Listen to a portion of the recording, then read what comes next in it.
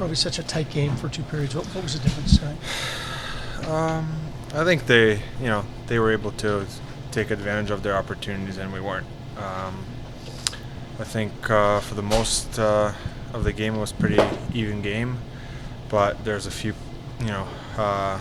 minutes in the second and third where they kind of took over, and we weren't able to contain them. So much of what you guys do has to start in the back end. You feel like you were doing enough to generate offense on the other end? I mean, anytime you lose, I think it's on everybody. The D forwards, goaltending, everybody. We lose as a team and we win as a team. So I think everybody, every time we lose, everybody could have done a better job. Is this a case where not having a Jenner, not having a Corrali, not having Werenski, these significant players, does it catch up to you eventually? I mean, obviously those guys are a big part of our team. I think overall, there's great. A big amount of great players here, and everybody should be able to, step up and, get the job done. So, we gotta learn and move on and try to win in 2 days.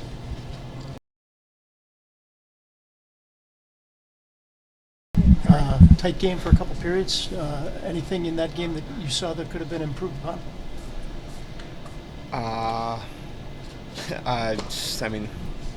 We just gotta play with energy, and we were in it. Sucks giving up that third one, kind of a broken play. That's such an opportunistic team. You almost have to be, all the way across the board, you almost have to be perfect against a team like that because they jump on even the smallest thing. Yeah, they play poised game, structured. It's almost like boring out there, but they are very. It's purposeful. Yeah, first start for you in quite a while, but you did get that relief appearance the other night. How much did that help to just kind of, start things off tonight, I guess? I think it's completely different coming off the bench in relief than starting, as far as the feel of getting a start. But it's felt pretty good out there. So it is what it is.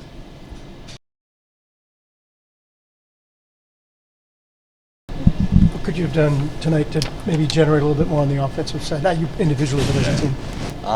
We definitely generated some looks. Just got to bury. The goalie played pretty good, but more ozone time would obviously help, and just making better plays when we're in the ozone, not forcing it maybe to the slot right away when it's not there. Spencer was talking about their structure and how disciplined they are. How much more challenging does that make? Exactly what you were just talking about. Yeah, no, definitely. They're a good team for a reason, and they've been doing it for years, so they're definitely good at it.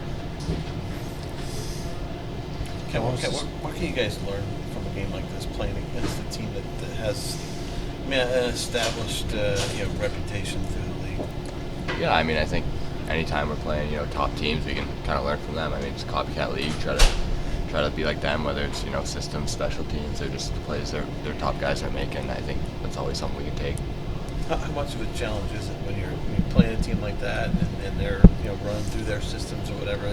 You guys are probably actively, obviously, trying to crack that code a little bit. Yeah. Like I said, it's tough. Obviously, they're a good team, but at the same time, we feel like we can compete with them if we play our best. So yeah, just didn't do that tonight.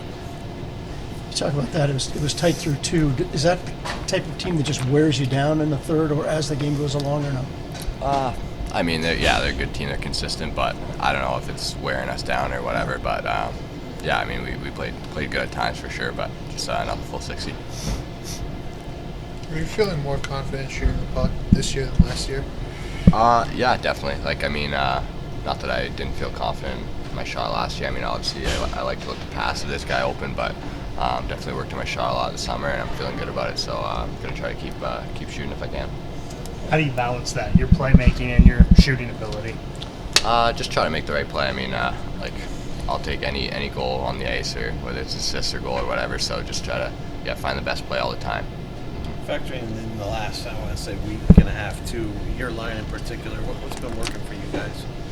I think we've been really good on the forecheck, getting some pucks back, and then not always, but we're making some good plays. Sometimes just getting out of our zone in the neutral zone or whatever. So, but I'd say the forecheck's probably the biggest thing.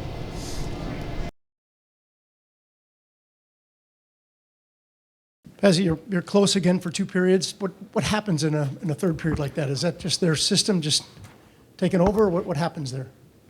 It's a team that has 22 wins. We're aspiring to be a team like this. Eventually, talked about the culture this morning, and it's been the players that you see I've learned from the Shara and the Bergeron and the Mark Recchi in the past, and it's just that's how they play. They wear you down. It's nothing flashy, just strong one-on-one, simple plays, and every mistake you make, they're going to make you pay, but they don't force things with the puck. So real good teaching game for us on how to play where we want to be. First period, like you said, good energy. We had more scoring chances that they did. They just elevate their play. And we're not there yet, but we're going to get there. Scott, I know you don't make excuses of the guys that aren't in the lineup, but is this, you can only get by with this so much. Did you really miss a Jenner, Corrali, or Werenski tonight in a game like this? Well, we miss them every game, but we don't want to talk about that in the sense that I believe you still can compete regardless of who's in your lineup, but obviously having men in the lineup like Zach and Boone and Sean would help against a team like this. Can you see how different your room is? We can see what it's like on the ice without those guys. How different is your room with those voices not in it?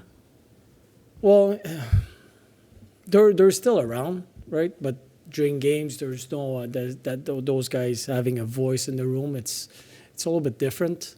But I think we have different. It gives somebody else an opportunity to speak, but it's not the same. It's not. These guys are our guys for now, so it's a little bit different.